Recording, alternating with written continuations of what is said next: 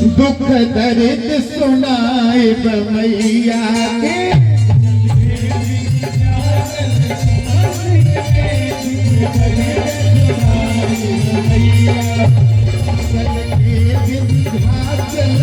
मंदिर में दुख दर्द सुनाए मैया के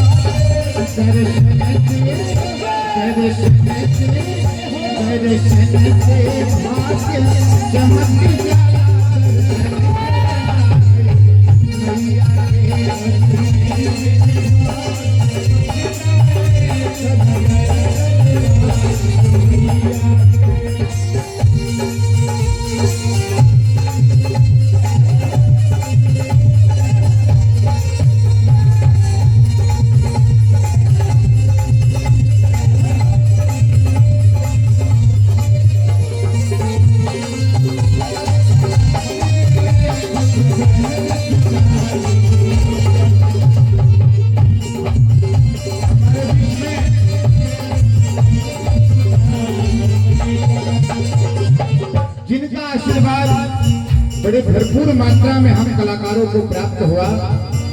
ऐसे श्री राजेश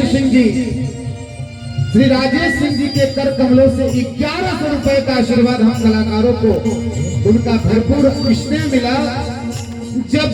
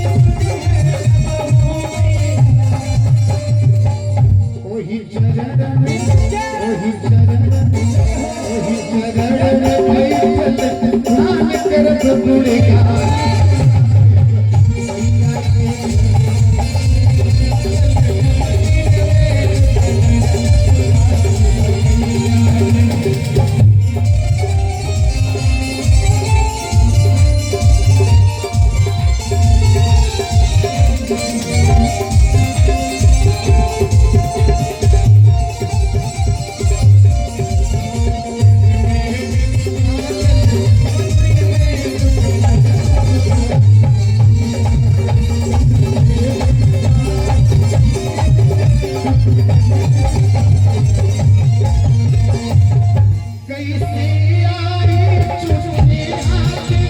इसको देख मत घबरा पागल आई चुटकी इसको देख मत घबरा कैसे आई चुटकी आके इसको देख मत घबरा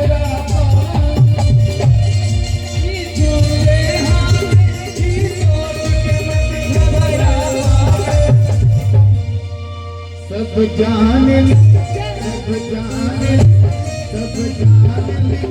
कौन से पर्दा ये काल छुपा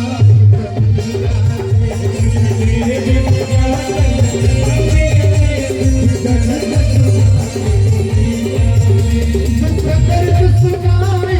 मैया से फुलहार सताए मैया से दर्द सुनाए मैया से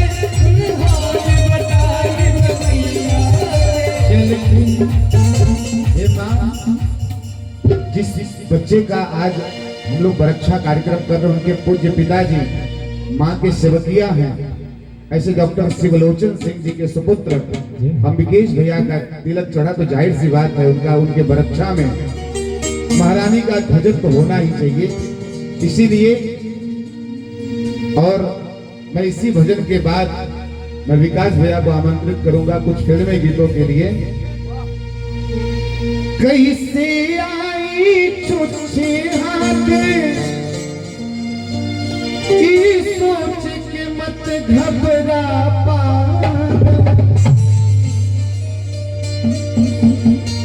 कबो पैसा होला कबो ना होला। कैसे आई छुच्छे हाथ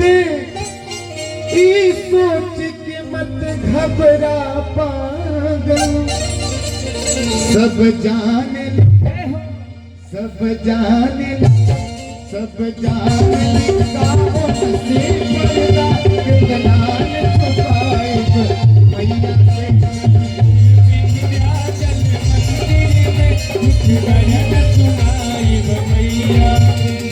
बेला फूल चमेली अड़हुल लेके डलिया में बेला फूल चमेली अड़हुल लेके डलिया में नरियर चमरी टेका ले विंध्याचल गलिया में चल के विंध्याचल मंदिर में दुख दर्द सुनाए मैया से